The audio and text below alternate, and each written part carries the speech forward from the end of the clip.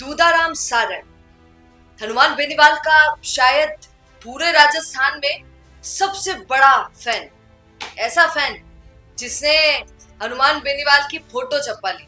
हनुमान बेनीवाल ने एक बार मुझसे कहा था, मुझे याद है अच्छे से इंटरव्यू में, कि लोग मुझे इतना प्यार करते हैं कि अपना नाम गुदा लेते हैं अपने हाथों पर इसने तो हनुमान बेनीवाल को ही गुदा ली। दूधाराम अब हमारे बीच नहीं है, पर दूधाराम सारण की मौत के पीछे का कारण क्या है? सब कह रहे हैं कि ये सुसाइड नहीं है भैया, ये मौत है, उसको मारा गया। पुलिस ने उसकी नहीं सुनी, पुलिस उसकी खिलाफत करी, इसीलिए सब कह रहे हैं कि जो हुआ वो गलत हुआ। पूरी कहानी क्या है दूधाराम सारण की, आज मैं आपको वो सुनाऊंगी। पर आपको एक बात बता देती हूँ शुरू करने से पहले कि दूधाराम सारण दुबई जाने वाला था।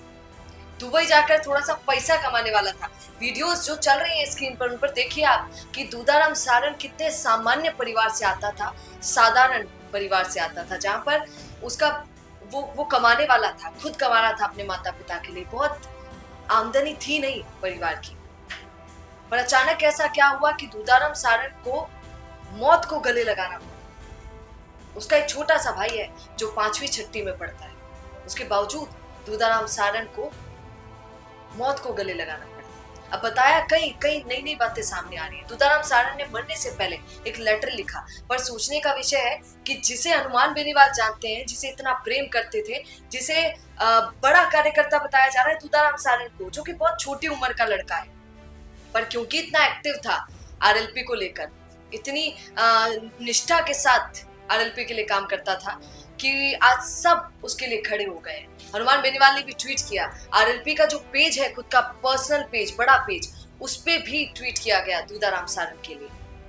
दूधाराम सारण ने कुछ लोगों को मेंशन किया, उसको धमकी दी जा रही थी, और उस धमकी में उसने कहा कि पुलिस भी धमकी देने वालों के साथ थी, पुलिस पैसा खा रही थी, उसका ये कहना है।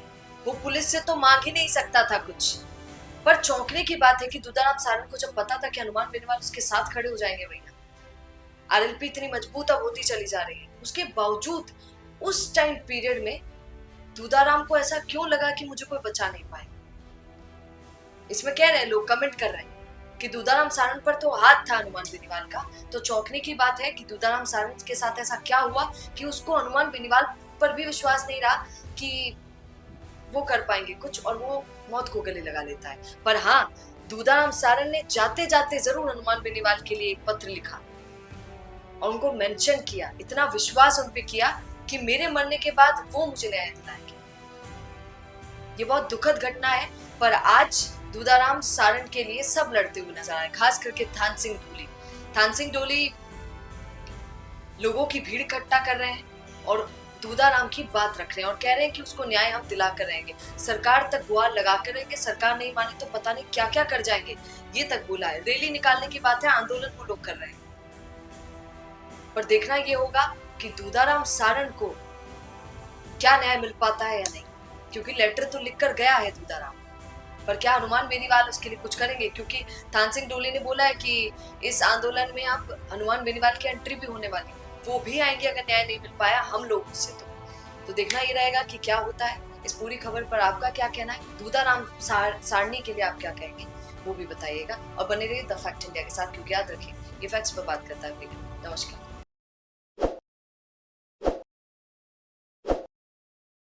ताज़ा खबरों के लिए विजिट करें द फैक्ट इंडिया की वेबसाइट और डाउनलोड करें द फैक्ट इंडिया ऐप।